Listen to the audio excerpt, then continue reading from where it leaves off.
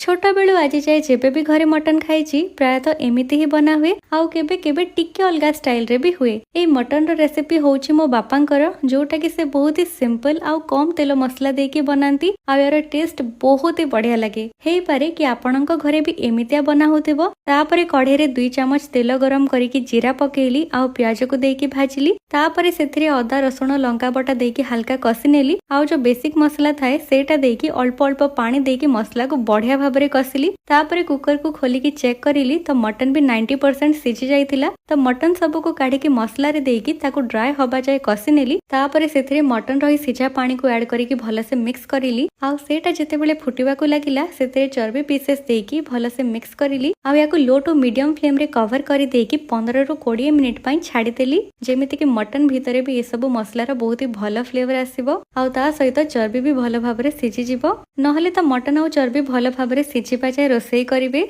आउ एतिकी टाइम रे मु दही रायता भी बने देली। तापरे मटन को चेक करिली तो सेटा बढ़िया भाबरे सिझी जाइतिला आउ मटन रो झोल एठी मीडियम अछि माने बेसी मोटा नाइ कि बेसी पतला भी नाइ। भात सहित खाइबा पई पूरा परफेक्ट अछि।